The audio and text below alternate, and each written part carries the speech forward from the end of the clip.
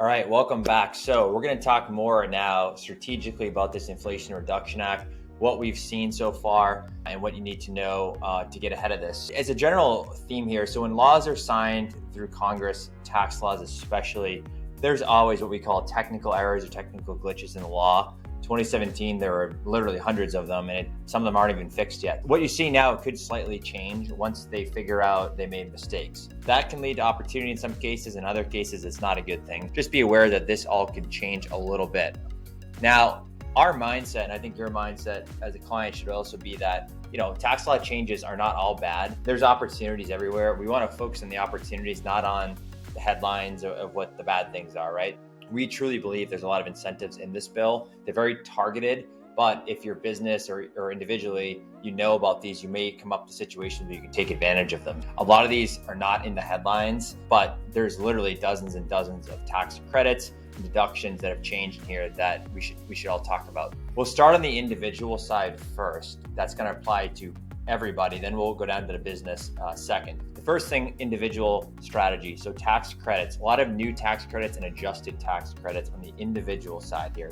Likely the biggest one that will get talked about are home energy credits. Currently, every taxpayer gets a $500 lifetime tax credit for energy efficient improvements. So think about windows, doors, sometimes HVAC, that insulation. So they can get a credit against their income tax if they spend money on that. Now, what they're doing is they're changing this law to make it a $1,200 per year tax credit. So tax credit dollar for dollar off your tax bill. And it breaks down into subcategories with maximum $600 towards windows, $250 for interior doors, $500 for outside doors, and $150 towards home energy audits. If you have a project coming up, let's just say you want to put in some new windows to your primary residence or some new doors to your primary residence. If you wait until 1/1/23 to do this, you're potentially going to get a up to $1,200 tax credit on that. That's super valuable, right? Now, you can still use your $500 one in 2022 if you've never used it before, and then do more in 23. But the big thing is that each year, if you make improvements to your primary residence that are energy efficient, meet these standards, you can get up to $1,200 back as a tax credit against your income tax. So it is pretty valuable, especially if you do plan on renovations to your primary residence. The other thing is there's upgrades to what's called the clean energy credits for residences, right? So again, this is individual primary residence. They're upgrading the solar benefit if you install solar panels to your primary residence from 26% to 30%. And the trick is, again, this is not getting much attention. It actually starts now, 30% for 2022 as a tax credit. So if you put an example of $20,000 of solar panels on your home, you're going to get a $6,000 immediate tax credit against income tax you pay right away. This is not technically just solar. There's a lot of other niches here too. One of them being energy storage systems, which some people have, right? So if they have some type of generator or fuel cell that they're charging with energy efficient methods like solar, this could also qualify. The majority of people we see, right, solar is the most popular one. Not many people have like wind farms at their homes, but there are other possibilities here, but solar is what we see. So again, they're incentivizing people to put solar on their personal property. You're going to get 30% tax credit if you do so. So that one should be interesting for people that are interested in solar. Our opinion on it is too, is that it has to work as really an investment and an expense reduction for you as the taxpayer. All right, and the other one on the individual side is autos and clean vehicles. So these changes start on 1/1/23. Now, in the past, there has been credits for electric vehicles, but they were by manufacturer and they phased out. So like Tesla's been phased out for a while. This is different. There's no more of that per manufacturer limit. And it breaks down, it's $7,500 for clean vehicles. And it's, again, there's technical definition of what clean is. It's not, there's hybrid, there's electric, there's somewhere in between. But one of the biggest changes is starting on August 16th, 2022, there's a requirement of manufacturing at a certain level in the USA. So be careful of that. As far as price limits, so the $7,500 would be up through $80,000 for SUVs or trucks and $55,000 in limits for cars. If you're buying a $200,000 car, the credit is going to phase out on that. So there's limits on the purchase price of the vehicle.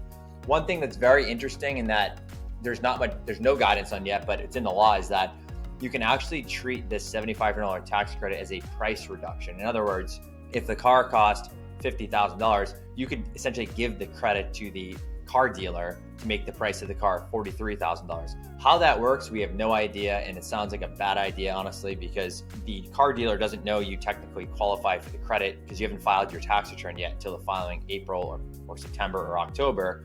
So how do they reconcile that? We have no idea, and it sounds like a bad idea, but it is out there, and we'll see what happens with it. The last thing to know is that there are income limits for you as the taxpayer. So $300,000 joint, 150 single. Here is a trick that we think is going to work. If there may be a case, right? If you had this $7,500 credit, but you made $315,000 income, you're like, oh no, I don't get my credit now. We could potentially file you as married filing separately if you're married for that year. There may be a change in your tax, but it might be offset plus more by this credit. So your net might be ahead. So there's some tricks we're going to work on around that type of stuff. Whether does your filing status actually separate for a year? Does it increase your tax a little bit, but then it's offset by even more by this $7,500 credit? Or if you married filing separately and you bought 2 clean vehicles, can you double up on the credit? I think so. That's something we'll think about more. And then lastly, they expanded this now that if you buy a pre-owned hybrid vehicle or electric vehicle, you can get up to a $4,000 credit, right? So that did not previously exist. Okay, moving on to business, and we'll just stay with the autos for the business to make it easy. So again, 1/1/23. The law says you can get a 30% purchase price credit up to $7,500 unless the vehicle is over 14,000 pounds. 14,000 pounds is very heavy for a vehicle, so you're thinking large trucks at that point. If you do buy a large truck for the business, then your credit can go up to $40,000, right? So obviously that's going to be an expensive truck, but up to $40,000. Here is why the business credit, it might be better if you're a business owner as well, because there's no income limits. You can make $7 million as the business owner and still qualify for that $7,500 credit. There's no cap on business income or individual income of that taxpayer. So if you own a business, it may be better if you have the ability to purchase a vehicle through your business for business use to take this credit versus individual credit. That's why the business one is likely a bit better. And on top of it, you could also depreciate the vehicle as well. For example, if you had a $50,000 vehicle that was placed in service on 1/1/23, you could take that $7,500 tax credit, which brings the basis down to about $43,000. Then you could depreciate 80% of that in 2023 right away, right? So you're getting a pretty large ROI on whatever you put down right away. So business is better if you have the ability to do it for those reasons. But again, it has to be used in the business, and it has to be used greater than generally 75 to 80% in business as well. Okay, so we're going to talk about real estate. So real estate investors, this is for you. The 2 biggest wins we see in this that are getting almost no attention are 179D and 45L. As a general overview, 179D is something for anyone that is involved in commercial real estate or residential real estate with greater than 4 units. If you have a 8-unit apartment building, a 6-unit apartment building, you own a storage facility, this could be for you. 179D is an additional deduction above depreciation, really, of energy efficient upgrades. So if you have energy efficient lighting, building envelope, which could include windows, doors, insulation, roofing. So if you have energy efficient material that went into the building or renovation, current law gives you $1.88 per square foot benefit of doing that. For example, if you put in, $100,000 of renovations that qualified, you would multiply that by $1.88 and you get that as the deduction. This is increasing that $1.88 to $5, right? Major increase here. So it sounds niche, but more real estate investors than they realize qualify, and they don't get this information, from the cost seg or from, the study they're going through. So 179D is going to become more popular, and it's worth thinking about if you're timing out a renovation project to run these numbers, because by delaying that project until 2023, if possible, you may get a very large tax deduction for doing so. 45L is for smaller, so 4 units or less. So this could apply to a lot of people, and it's a tax credit, not a deduction. The credit is going to be for Energy Star homes or those qualifications, and you can get between a $2,500 and $5,000 credit, so $1 for tax reduction by meeting 45L. So 179D for large commercial or large multifamily. In addition to bonus depreciation and cost seg, you can do 179D. 45Ls for smaller properties. In any event, they both got sweeter. They are niche right now in that a lot of people don't talk about them, but we've done them. We've used them with some taxpayers. They work well. They're going to get even better. So keep on the radar. So again, energy efficient upgrades to building. That's what they're trying to incentivize here. All right, the next one, IRC 48. This one is often confusing, and there's a lot of misinterpretations of this both ways. So IRC 48 for investment tax credits. Really, the trick here is that if you own a property that rises to the level of a trade or business, which has its own whole sub niche of conversation here, then it is possible that if you added solar to this property, then you could get the 30% investment tax credit as a business asset, plus depreciate the solar panels, right? So you may be able to put on solar panels, take bonus depreciation of the cost, less the credit. Or just an example for make the math easy, if you had $100,000 put on your commercial building, you would get that 30% tax credit, so $30,000 tax credit right away. And then you could also depreciate the $70,000 that's remaining as well. You could be looking at a pretty nice ROI right away. The only thing to realize here is that if you just own a passive rental property, this may or may not qualify, right? There's specific rules that you have to pass to make it rise to this level of working.